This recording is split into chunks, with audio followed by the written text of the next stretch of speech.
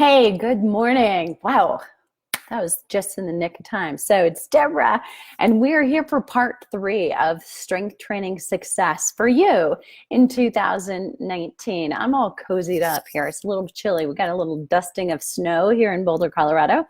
I have a view right now of the Great Divide. It's trickling down. I am almost over that, so it's okay right now, but next week I kind of gonna wish it was a little bit warmer. And true to Boulder form, it probably will be. So I hope that it is warm, whether from your heart or from the sunshine, wherever you are in the world. And I'm going to encourage you to go grab the handout for today. So I'm going to pop that in right now, the link where you can go enter your best email address, and you will be able to download, if you haven't already, the part one, part two, and what we're doing today is part three. And the other videos are there. In fact, I've started to organize them into a playlist. So this will be the last video that I pop into that playlist. Video one and two are there, and you should see the Strength Training Success playlist title. So you can go right to it if you happen to be coming later, and watching the recording, or you want a review. You've seen it once, but it's like reading a good book. You don't absorb all the facts the first time through. So, hey, Flora, I've been thinking about you. So, Flora, you're doing our Stronger program again in January, and I know I kicked you out yesterday of the Facebook group, so you had to come back in, and that probably felt so cold, but it was just easier for us to kind of organize and do a clean sweep and then offer everybody back in. Hey, from the south of France. Oh, that sounds yummy. So nice. Roulette, and gosh, your name came across my board too for some reason today. I'm trying to think why, but I think we need to talk. So I will figure that out later. Cindy, thanks for being here. Sherry, cold in Arizona at 47. It's so relative, isn't it? I would be taking my winter coat off, and you're probably putting yours on. Catherine Dutton, I'm sorry. Hi. Okay, great. Missed part one. Thanks. Yeah, and it's perfectly. It'll be there, so you'll have them all.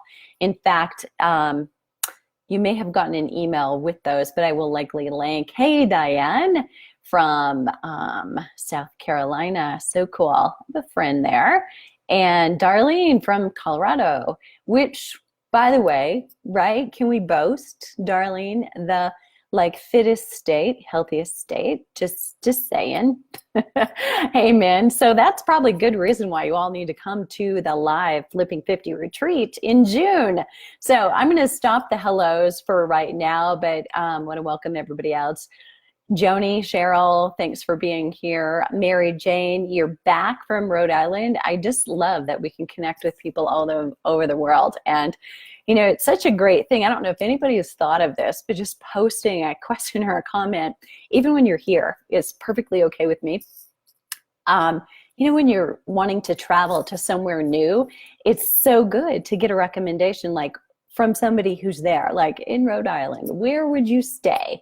Where would be a great place to fly into? And close to the airport, where could I stay and be close to the beach? I love that we've got that kind of connection here. But I'm going to get out of vacation mode, and we're going to talk strength training. So if you haven't yet, go print it off. Go print off the handout for today. And I put the link in the top of the comments, and I will be scrolling down and looking at questions later as we go. And I also want to let you know, so if you're inclined, some of you may know about mint greens, and I know the reflection is shining brightly on that, but mint greens is a combination of, basically it's like your vegetables powdered, but there's a lot more things in here as well. So it's like organic carrot, beet, tomato, kale, parsley, collard. It doesn't taste bad, so don't think that. Broccoli sprouts, spinach, cauliflower sprouts, kale sprouts. Sprouts, if you don't know, actually have even more micronutrient density than the actual vegetable. And you are getting an ORAC value, which means it's like crazy good for you in terms of antioxidants. We need antioxidants to fight free radicals. Those of us who exercise need them too. In fact, sometimes more because we do a little damage, but just breathing, we need them. I have 7 more. We no longer have this in the store because the company discontinued making them, which made me so sad, because when you combine mint greens with a chocolate protein product, or if you're not using protein, no harm, no foul, but you can add it to cacao, raw cacao, and you've got a mint smoothie that tastes like a Girl Scout thin mint. All right, and just so you know, I have history with those, but I'm trying to break up. So this is a great craving killer. I have 7 more on my shelf, and they are the last 7 ever going to be made. And if you are, so I apologize to my international clients, but if you are interested, all you have to do is do a little sharing the information out with your friends and tag 3 friends in our comments today. And the first 7 people who do that, 2 females who also come over like Flipping 50, I will send you one. So those first 7 people I'm liquidating and getting those last 7 out of the way. So all for you. If you are in the continental United States, I will send them to you. If you participate, hey, Jackie Peterson from Ames, Iowa, go Cyclones today in the Alamo. Can't believe how many people are down there. It is amazing. I wish I was there watching those things. And by the way, we need to know this important stuff. What time's the game? All right, so moving on to the agenda of the day. And I'm going to be scrolling. I'll watch for questions, and you've got to tag 3 friends. So make sure you realize it's 3, and then this comes to you if you're one of the first 7. So if you've got your handout, just a little recap in case you weren't here. Day 1 or part 1, we talked about the benefits, 10 benefits, because we generally will choose for ourselves maybe based on 1 or 2 things that we really want. But I think it's really reinforcing when you can say, okay, there's these other 8 awesome things I'm also getting, and that's not an all-inclusive list, but it's the top 1. So women struggle more with depression and anxiety, partially because we live a little longer and we've got a few more things going up here in our monkey mind all the time. So that's a piece of it. But then there's bone density, and there's libido, there is weight loss, there's fitting into the better jeans, maybe not the skinny ones. I talked about yesterday that, you know, I have a thigh that is never going to fit into skinny jeans. So I don't know who invented that, but, you know, and made us all feel like we should be able to do that.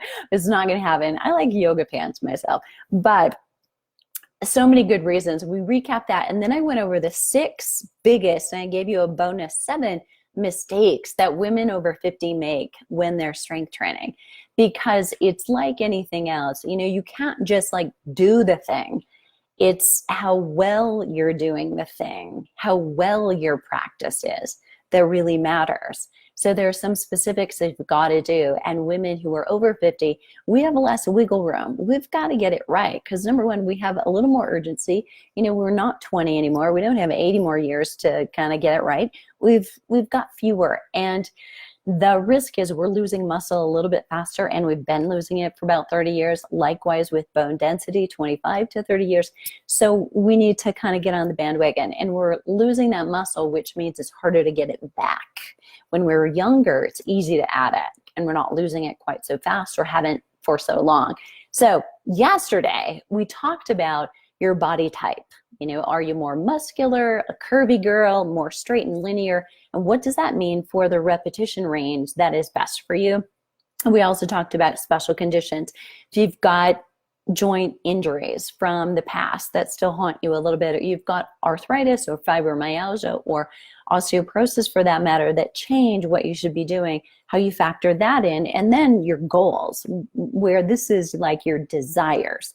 Right? I mean, you may be all about, I want to look good. I want to have muscle tone. I want to, you know, have a waistline back, in addition to having those other things be true of you. So it was how we take that 3-legged stool and figure out, here's based on your priority, where you should start and how you're going to ultimately progress, so you don't get hurt, so you do get results, so you don't get tired, you reach fatigue, but you feel better and you get stronger and more fit. So today picks up with, finally, we're getting to what exercises should I do?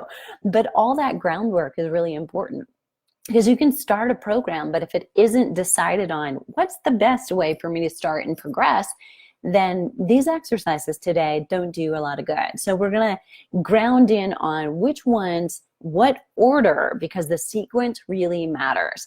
And then talk a little bit more about specifically where you would start if you're absolutely beginning or maybe restarting again. It's been a while since you were consistent. Where do you start, and how does progression work? Because that's tricky, and a lot of people aren't progressing. You might go in, and if you jump into a fitness class, kind of a drop-in class, anybody can go to this any day of the year. There is no progression. You're going to do the full workout. You're going to do all sets. You're going to do all repetitions, most likely because the person next to you is, and there's a little peer pressure, even if you're not feeling it, and you may just be overzealous, and that's not necessarily good. I'm all for high achievers and not thinking there's a ceiling, but when you first start, you have to do it wisely in order to be able to keep going and not risk injury. Okay, so we're going to dive in here. So down to your questions, start loading them whenever you want to, or put them on your sheet, and it will save Q&A for the end. The best exercises for flipping 50 metabolism. If you want to boost the ability to burn more calories all day, like sitting here in this chair, very sedentary activity. I'm talking burning a few more calories that way than I would be reading a book, but let's face it, it's sedentary, and I'm forcing you to be sedentary a little bit right now. Maybe you're watching on your phone, which is great, but what's the best for boosting metabolism? It is two things. Number one, a must is that you're focused on major muscle groups. And how do we know they're major muscle groups? I'm going to tell you what they are, but they are the largest muscles in your body. They cover the most space per square foot of your body. So we're talking about the biggest muscles in the chest, the biggest muscles in the back, and the biggest muscles in your lower body. And lower body muscles by large are the most big muscles in your body. The gluteus maximus, we tend to sit on it more than we use it. Quadriceps on the top of your thighs and your hamstrings on the rear part of your thighs or among your biggest. Now, if we went to a textbook and we looked it up, it would say that there are between 8 and 10 or 8 and 12 major muscle groups. And if we looked at the textbook exercise prescription, it would say you should be working 10 to 12 of those major muscle groups 2 or 3 times a week and doing X amount of sets and repetitions. We're no longer, as women in midlife, textbook. So we need to focus on hormone balancing. So a part of that story from conventional and traditional exercise prescription still fits, but not all of it. And if you are already exhausted and experiencing a ton of fatigue, or maybe you've recently gone through an illness or treatment for cancer, for breast cancer or any type, you're even more special. And you've got what we might say is adrenal fatigue. So there's conventional, traditional. There's you and I, if we're apparently healthy. And then there's, you know what, I have pushed my foot on the gas pedal and I'm no longer accelerating, you know, where you're really, really tired. And there's a different exercise prescription for that. And I'm not going to get totally into it. The same exercise, the same sequences are appropriate, but your exercise schedule is going to be a little bit more specialized because we've got to fill that hole up that you're dug right now until we can start building you up. So we don't want to build you further into the ground. That's important. Okay, so major muscle groups, the ones that have significant mass, those chest, the back, your legs, glutes, the butt, the hips, those are most important. I'm going to go through specific exercises in a second. The number 2 must, we call it compound exercises that work these muscle groups. And that means you're going to cross 2 joints. So I'm going to see some extension and flexion happen, say at my elbow and my shoulder. Either if I'm doing a press, if I had weights in my hands and I was lying on my back, I would be doing a chest press this way. I'm moving at 2 joints. And that means I'm engaging a lot more muscle tissue. And if I were flipped over and I were rowing, so you have to imagine I could be sitting in a machine rowing this way, or I could be bent over pulling the weight up, so that either way I'm resisting either gravity or just the resistance of the machine. That means if I've got movement at 2 joints, I'm working more muscles. So not only the primary mover, the chest or the back, but also the secondary muscles that are in your arms are coming to bat for you to move the weight and overcome the resistance. So you're going to focus on major muscles using compound exercises first. So here's the thing. When I see people doing this early in their workout, so here's my weight, okay? We use our mint greens as weight. I'm thinking somebody needs to help that person, right? So, and I've gotten a little older and wiser, so I don't necessarily walk up to somebody in a gym and suggest that they change unless they're asking for help or commenting that they're not seeing some progress.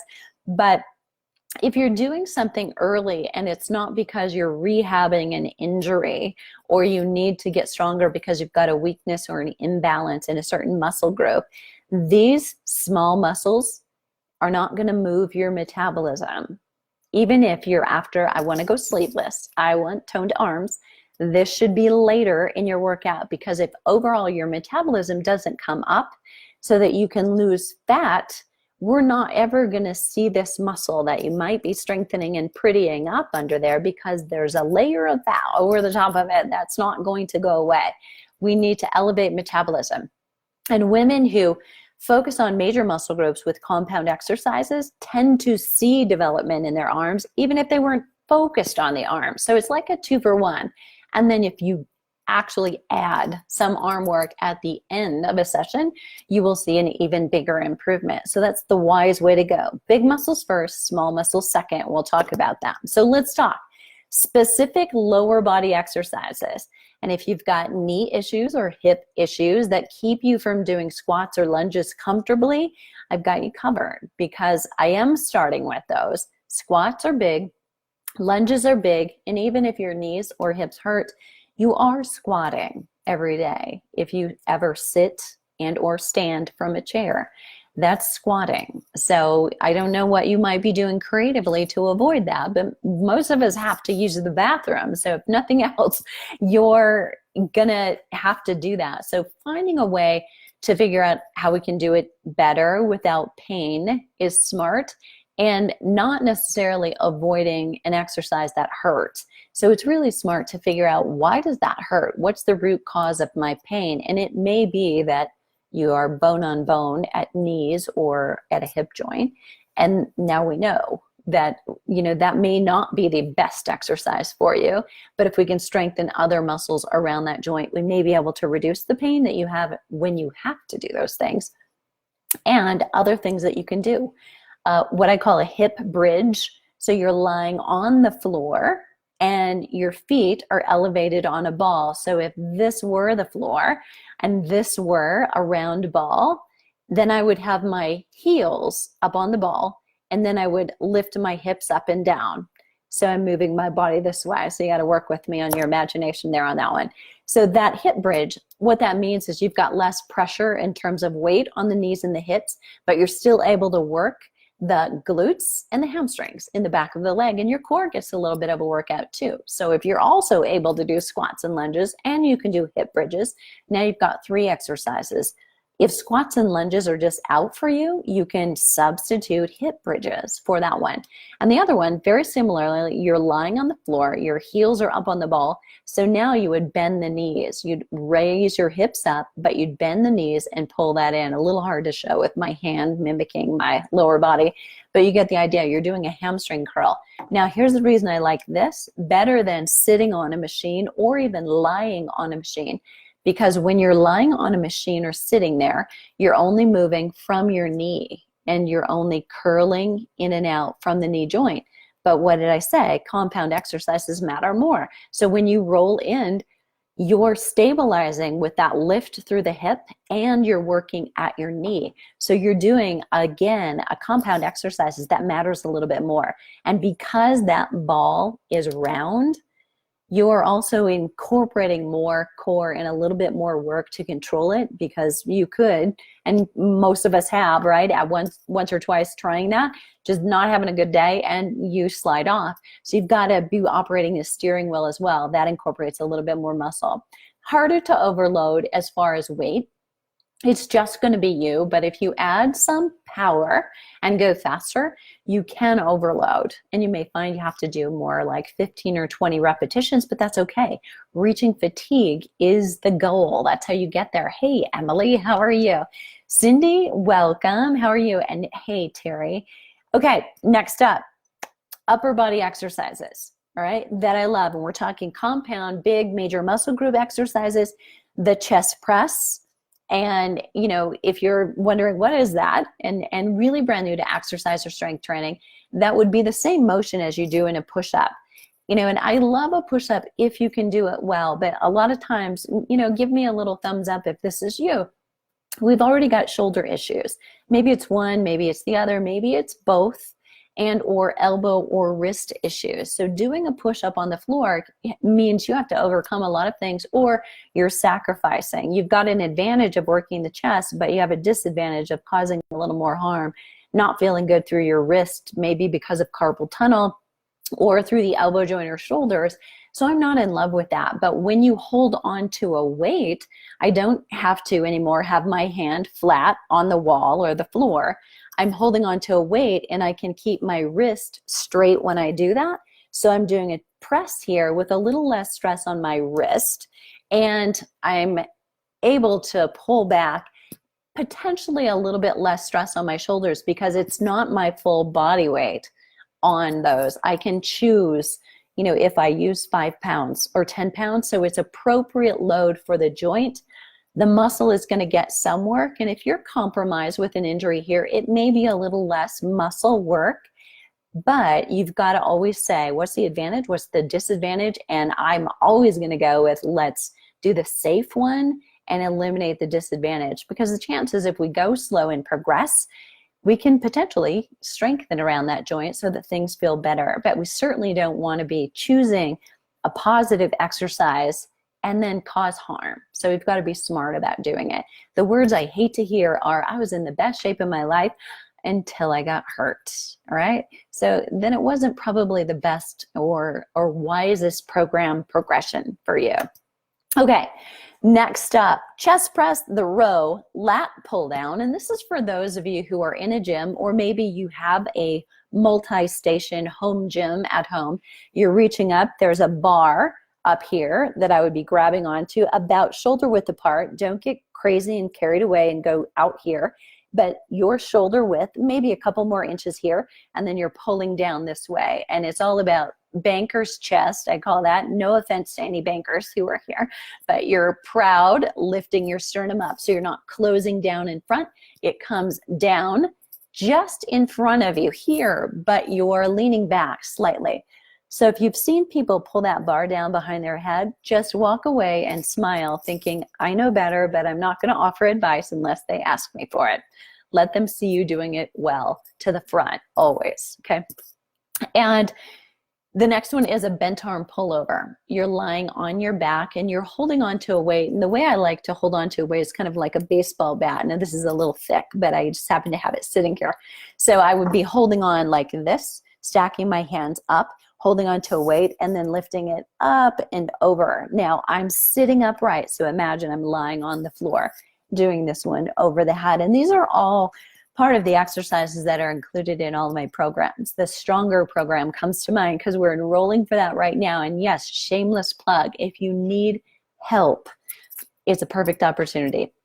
Today is the last day that it's 15% off. You can still get in, but we're closing the doors next week. So everybody gets access by January 1. So today's the time to do that if you need some help. But if these exercises are a little bit foreign to you, be sure that you look at some technique. And I will also share a link in here so that you can get a simple PDF and go and access that. It will be sent to you if you send me a question to be considered for Flipping 50 TV, and you're going to go to flipping50tv.com, and that's where you can get the Muscles in Minutes book for free right now. So if you've got a, what is this biggest challenge or question that's on your mind right now, especially as we approach the brand new year, you can go get that, and it shows you, here's the start position, the end position, and here's how you modify.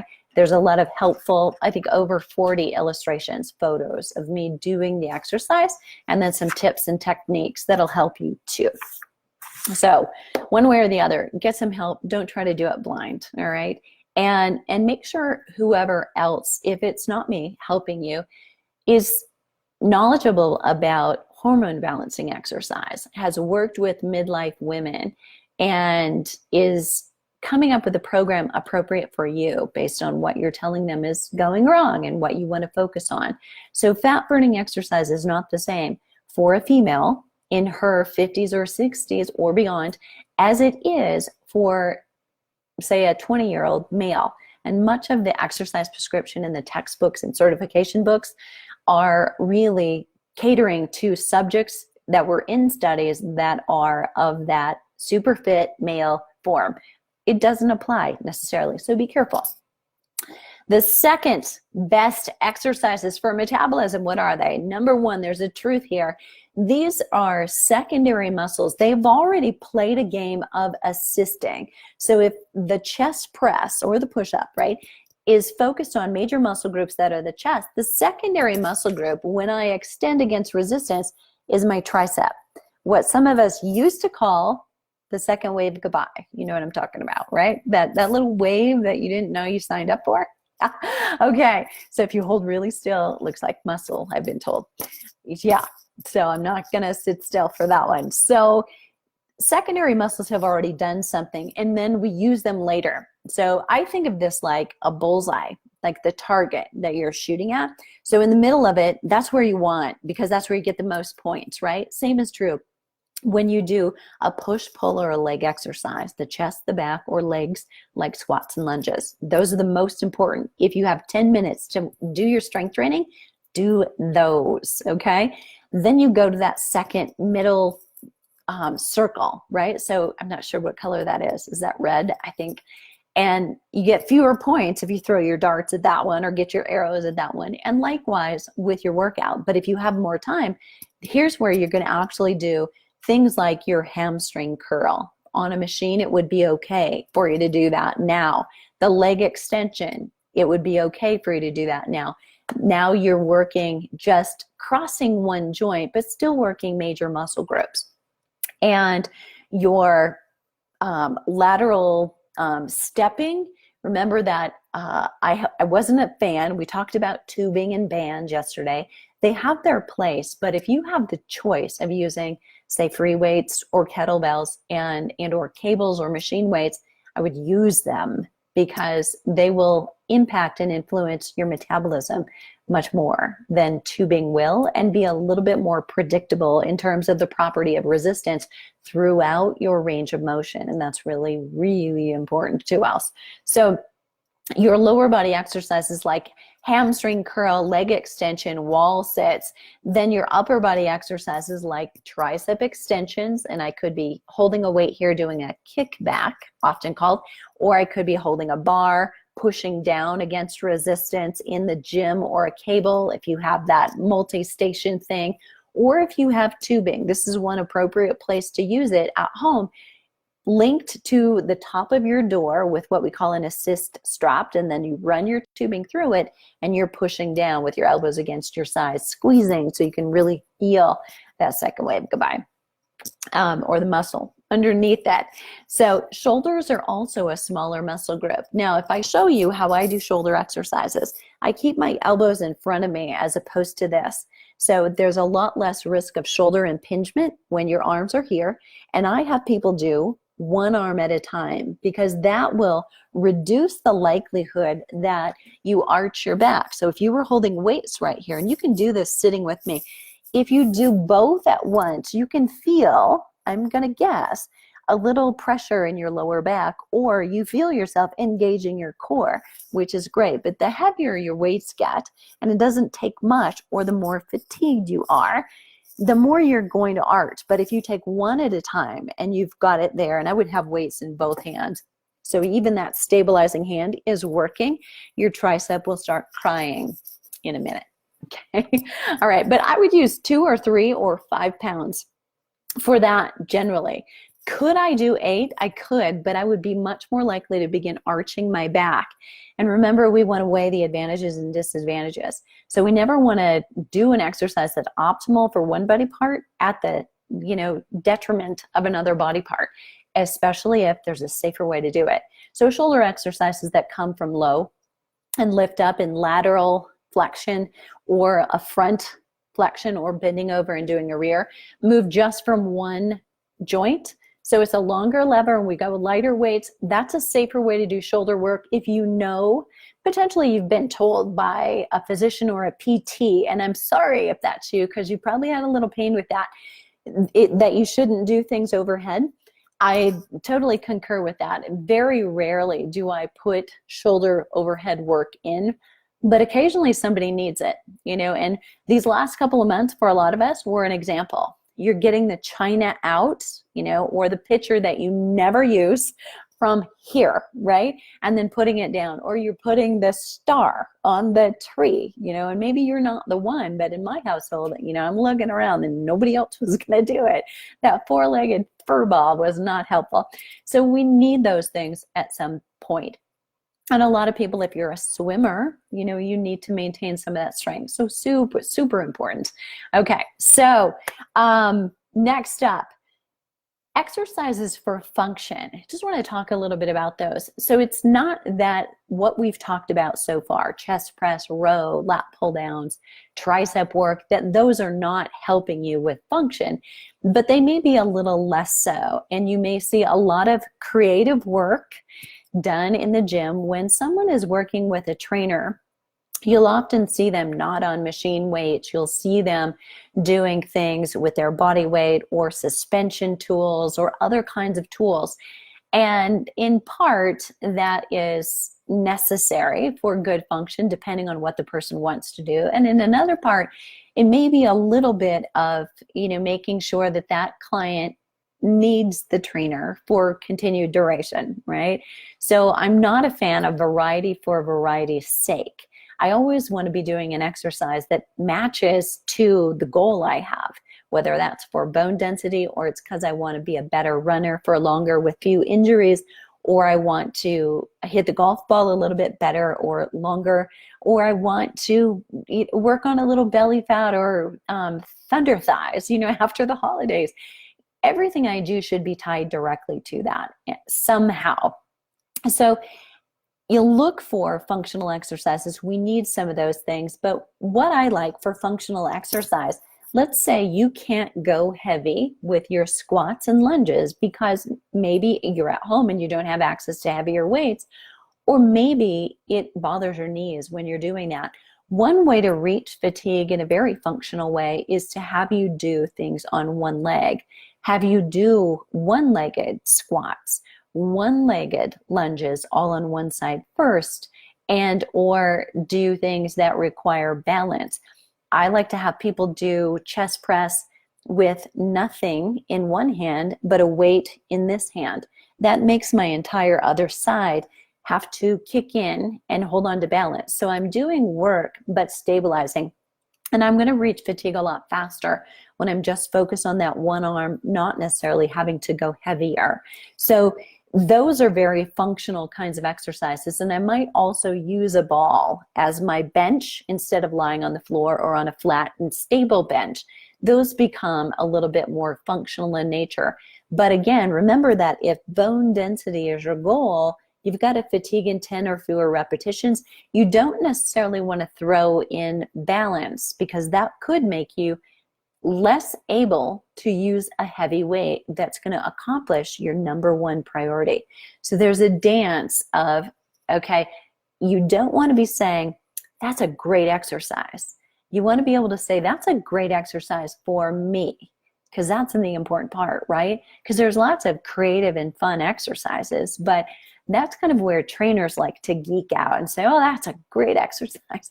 But you got to have a why. Why would I do that behind it to have that make sense for you? So because time is our biggest obstacle, super important to me that you're choosing based on not putting more obstacles in the way. Because if you do a certain program for a while and you start feeling, well, I'm not losing weight, I'm not losing inches, it's not doing any good. I'm just getting tired. It's just taking time. We don't want to get there. We want to give you a quick win. That's always my goal, because you and I get motivated when we start to see and feel results. Then it doesn't take willpower. It doesn't take discipline. You're committed because you know it works. That's what we're after. It's the quick win and the long-term win. It's a 2-for-1. Okay, so the number one exercise mistake with strength training is not enough rest between sessions. So this can be in multiple ways. So I can say not enough rest in so many ways, and this is how it shows up. So number one, between sets of exercise is a fix. You want to rest about 3 to 5 minutes between using the same muscle group again and again. Now, this is 80% of the time, because I have some, based on research on perimenopausal women, that I will have you do that actually have you do, say, a chest and a back and a chest and a back and a chest and a back exercise. That's not going to give you 3 to 5 minutes. So I will admit that I sometimes color outside the lines, but I do that one because it has other benefits. It boosts your energy expenditure by 33%. Sometimes we need to take that, right? That's a win for sure. But if you're a brand new beginner, often what you want to do is make sure you're cycling through. So if we threw a third exercise into that, we were doing chest, we were doing a row, and we were doing a squat, and then potentially doing a plank. That would mean that if each one of those took about a minute to complete, that we would be coming back and repeating that little circuit in time to have rested 3 to 5 minutes before I use the chest muscles again. That's a wise way to go. So if you're just starting, that kind of a protocol and a sequencing is really smart. So it'll help you incorporate more muscle fiber, because your brain can send the signal, but then those muscle fibers have also recovered. So they're fresh and they're ready to go again. Super smart. So that's one way to incorporate rest and where it goes between the set for the same muscle group in a workout. Another recovery tip that you want to follow. So I keep looking down. I'm looking at my notes, okay? My cheat sheet. So I hope you're writing this down. Is the rest between same day workouts. If you're at all like me, this morning, in order to be here, having showered, yes, I did. I know it's digital, but still it matters to me. I had 20 minutes, and honestly, I had 22, literally. That was it. And then I knew I had to be in the shower because I can't shower any faster than that. So I got on the bike and I did intervals. If I were doing weight training, I could do that. And I wanted to, but I won't be able to do it today until later this afternoon after appointments and everything else is done. So I'll do 20 minutes this morning and I'll do 20 of weight training later.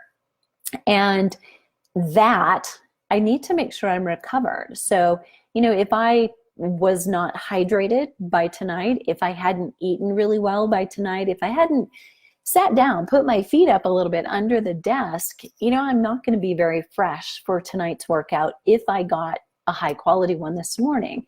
So recovering between is really important. And it's not necessarily about the hours between, but it is about what you do. So getting adequate calories and protein back in.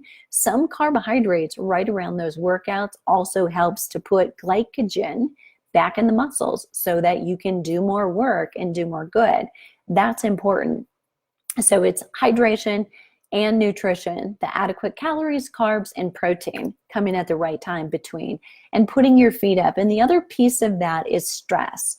So if I were having a really stressful day, and a 1 through 10 scale over here, the reason I have these in is because my basement flooded Sunday morning from the septic tank. Need I say more? So downstairs in the rental, not in the area that I live in, but still there's a little concern. So it is probably a little higher on the stress scale. But, if I were, say it was a travel day, or I were doing a presentation, or I had deadlines today, making things so much more stressful, I would potentially rethink doing that second workout, because it's not going to be a great one and it may just kind of put me over the edge as far as cortisol goes. So you have to be thinking about what else is going on in your day. And you do want to stay regular and consistent, and you kind of want to keep your promise to yourself. But sometimes it's a good idea to say, you know what? Tomorrow morning is probably going to be better for me from an energy standpoint to do a high quality strength training workout than just to shove it in today. So you've got to think about that, the hydration, nutrition, and the stress between keeping it low so that you can recover. That's really important. All right. So none of us are Olympic athletes. We can't necessarily take a nap, right, between workouts, which is what they do, and get paid for it. But number 3, between workouts during the week, and I'm talking between really tough ones. If we're talking strength training only, and we're talking primarily strength training today, 72 hours for adults over 50, and sometimes for adults over 40. And there are younger people who also just simply require more recovery time. And we touched on that yesterday a little bit, but 72 hours. So if I were doing a strength training workout today, this is Friday as we record this live, I'm not doing another strength training workout until Monday to fully recover, to not be sore, and to make sure I get the best workout. Now, here's where we are kind of messed up, all right? Because we learned back in our 20s that 3 workouts, Monday, Wednesday, Friday, Tuesday, Thursday, Saturday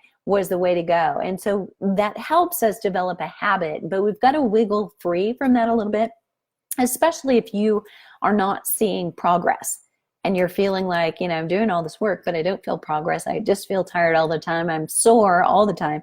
Those are signs that less exercise, meaning maybe back off to 2 higher quality weight training workouts and a little bit more rest between them, will feel good. So the rest between them doesn't mean you're not moving, but it means that you might be doing lower impact or intensity cardio. You might even be doing some high intensity intervals, but shorter in duration between, but it's not strength training that's breaking your muscles down in the same way. So getting at least 72 hours rest between workouts during your week, the tough workouts anyway, and you may want to add that in there, can be very beneficial. And if you are somebody who experiences a lot of soreness, swimming, rowing, being on a bike, so you have low impact, easier on the joints in general, maybe better kinds of cardio between those weight workouts for you.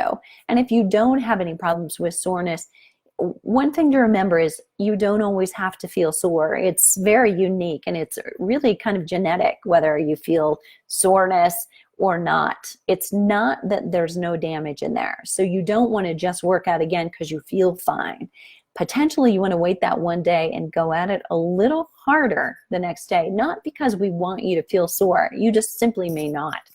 I'm sore sometimes, but more from running downhill or doing uphill running than I am from strength training. Even when I work really hard, it's hard for me to feel like I worked in my glutes, which is where I always want to feel it, right? But, I'm just one of those people who doesn't experience as much soreness as the next person. So it's not necessarily a great way for me to tell if I'm recovered or not. I use time. And number 4, so how much rest between challenging weeks of exercise? So I want to dive into first, what do I mean by that?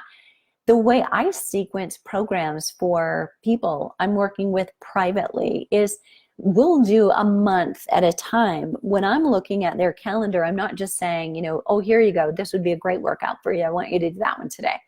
But I'm looking at, okay, what does their week look like related to work and exercise both, but also what does their month look like? So I want them to kind of come in doing this. I'm going to have them the second week do a little bit more volume or intensity. The third week, a little bit more volume and intensity. And then the fourth week, more relaxation, so they're going to work out, but lighter, less volume. And that week of a break sometimes is what helps you break through your fitness level. So if you're just kind of pushing, and you're just saying, well, life gets in the way, so life gives me breaks, you probably need a plan. You need something on the wall that says, here's what you're doing, or in your calendar online that tells you, here's what you're doing. And it's okay to move things around, and say, you know what, I'm going to make this my recovery week because this was Christmas, this black hole right here. And then I'm going to start again. But having a plan is so much more valuable for you. So I actually planned that here's a super hard week, and we're going to have some more ramping up happening over here. So this week really is going to be lighter overall. And I will promise you, if you haven't been doing that, you will feel more fresh and more excited about working out because you put those in there. When you come back, it'll be like, I can't wait to work out. I need a good workout. I want one. That's a good sign. If you've lost that love, we need to get it back. The flip number 5 is increase sleep as your priority. You need to place it at the top. So if we're talking rest in general, rest between sets, rest between workouts, rest between workouts on certain days of the same week and between weeks, any kind of rest and recovery is important. But the king or the queen, in our case, of recovery is sleep. If you're not getting adequate sleep, it hurts in several ways. I mean, we all know that feeling of brain fog, but it hurts your hormones and it hurts muscle repair. So a lot of repair and kind of reconnecting occur while we're sleeping. And your hormones, growth hormone and testosterone, that are so related to your lean muscle development or maintenance, happen overnight. That production happens overnight. So we've got to get that sleep in. We've got less or lower production levels than when we were 20, and yet we can do ourselves every good possible and improve those by doing strength training, eating adequate protein, but also we've got to get that sleep to make them take. So if you're out there and you're thinking, yeah, that's nice, I'd like to be doing that, you do have more control than you may realize. So take January. Make sure it's your month of I'm challenging my improvement of sleep. The 2 hours first thing in the morning, your 2 hours last thing before you go to bed, and what you have for dinner and what time you exercise and how all change your ability to sleep. That's just simply natural. It's manipulating habits you already have to improve your sleep. Then there's looking at, do you need magnesium and or melatonin? Would those help you sleep and calm down? So those are all parts of the 28-day kickstart. That door for January has closed, so I won't talk too much about it, but go back to what if you've done that program. If not, be sure that you're asking about what to do, and you'll find a lot of information on that in You Still Got It Girl, the book, as well. So super important. So that's it, your 5 flips for how to fix that biggest, not even an exercise, strength training mistake, getting that rest, all right? The optimal frequency of strength training, who knows the answer to this one? For women over 50 and for hormone balance and making strength gains, getting more muscle, less fat, the optimal number of strength training sessions per week is 2. And it wins out over 3 for so many reasons. But a big part of it is you get the benefit, you get the strength, you get the lean tissue that boosts metabolism, but you don't start tipping the scale in the opposite direction so that you're fatigued and you're over couch compensating, is my term for that. So a lot of people who are regular exercisers just do too much recuperating between, and you're using that excuse of, I'm so tired, I had a great workout today, or I had a really hard workout today. Unless we are Olympic athletes or somebody is paying us and we're a pros, why would we do that? Because we want to get better at life, right? So it's about life outside the gym. It's not about what happens inside the gym. We want to make sure that we've got the energy left over. And in studies that looked at, okay, if we have people do 1 workout a week, and I mean 1 cardio and 1 strength training, or we have them do 2 strength training and 2 cardios, or we have them do 3 strength training and 3 cardios, what do we find? And they did this study on perimenopausal and beyond women. So pay attention, right? They found that the women who worked out twice got better results. Their total energy expenditure over the course of the week was much higher because after the gym, they came home on those same days and the days between, and they were cleaning their house, and they were playing golf, and they were gardening, and they were strolling, and they were active in their life so much more than the other people. The people who did one workout a day, or one workout a week, I'm sorry, didn't have as much benefit. They weren't as strong. They didn't have as much stamina and endurance, so they didn't actually feel like doing more. But those who did 3 kind of felt like, hey, I worked out today, so, I'm going to rest. And they didn't do too much else in the rest of their days or the days between workouts. So twice is your sweet spot. Don't think more is better. Think, get the job done, work hard when you're doing the workout, and then reap the benefits and the rewards and go play, with all the energy and the body that you love better, and use it to your good. So it's twice a week. So grab your calendar and really what you want to do while you're here. And that's just an impetus, kind of a prompt for you to go and get it. But start looking at what days of the week are you going to do your strength training.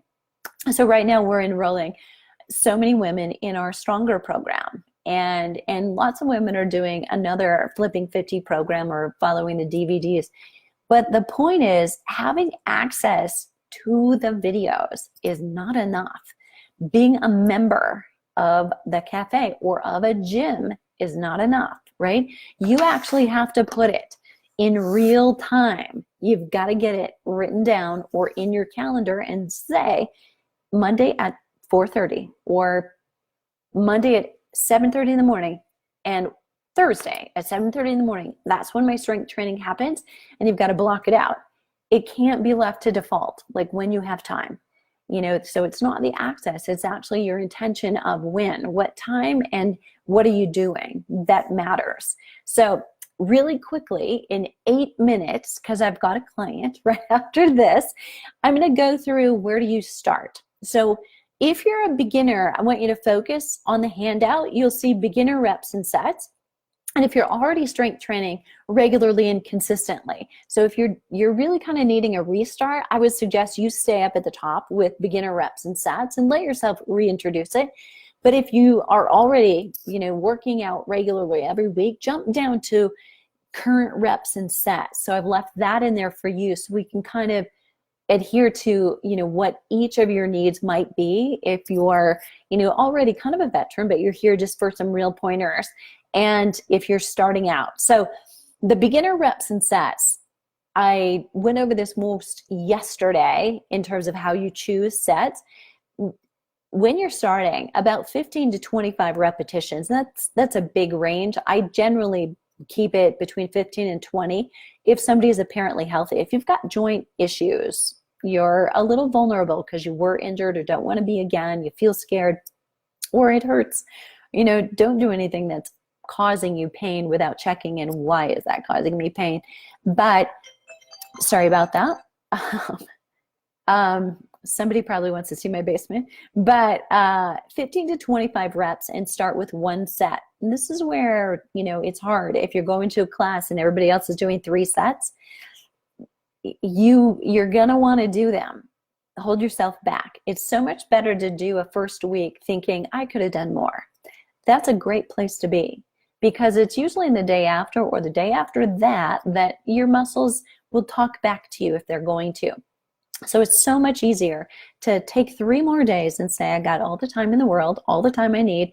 I'm going to do this one set, 15 to 20 reps, and then I'm going to do it again, 15 to 25 or 20 reps, and one more set that first week. Now, you may progress a little bit faster in your first few weeks of exercise because you're doing a little kind of trial and error of figuring out what weight do I really need and where do I fatigue at 20? Where do I get to the last one? And that's okay. Give yourself a chance to do that.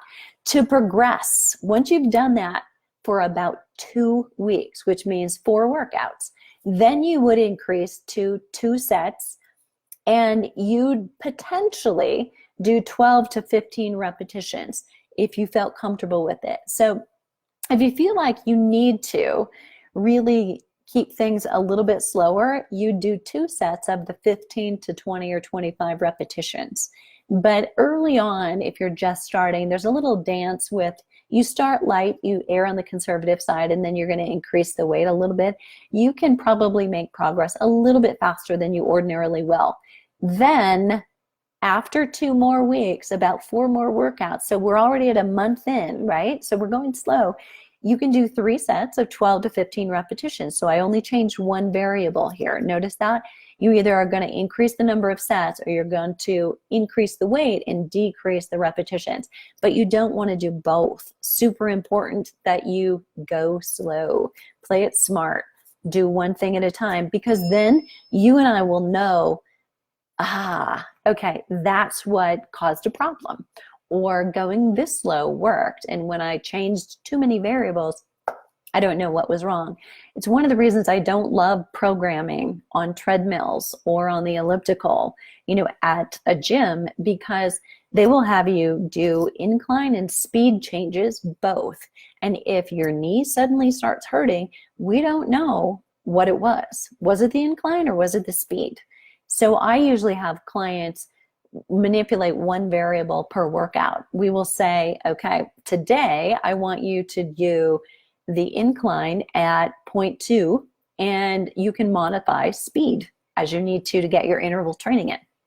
Or we're going to hold this speed at X, and you can modify using incline to make it harder or easier. And that's a smart way to do intervals. So I'm going to refrain from talking more about intervals because we're going to keep it on the narrow and talk strength training. The best progression rate, just want to make sure that you have this, is no more than 10% increase in 2 weeks. So that could mean you're talking from 1 set to 2 sets. How much is that again? 50%, right? So you have to look at that carefully.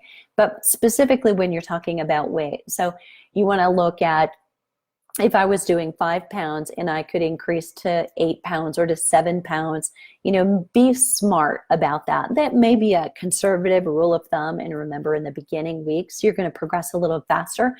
And once you get there, adding 10% might feel like, if you were on a machine weight at the gym, you might add a 5-pound weight to what you were doing, or you might add 10 pounds if you're doing lower body weight. That would be a smart increase. Don't go crazy, right? And then potentially at first, your progression may definitely go faster. Just give yourself that wiggle room, but you don't want to be super sore the next day. And you definitely want to take the rest between. Okay, so if you're already lifting, flips for you to increase. If you're at maintenance, for sure.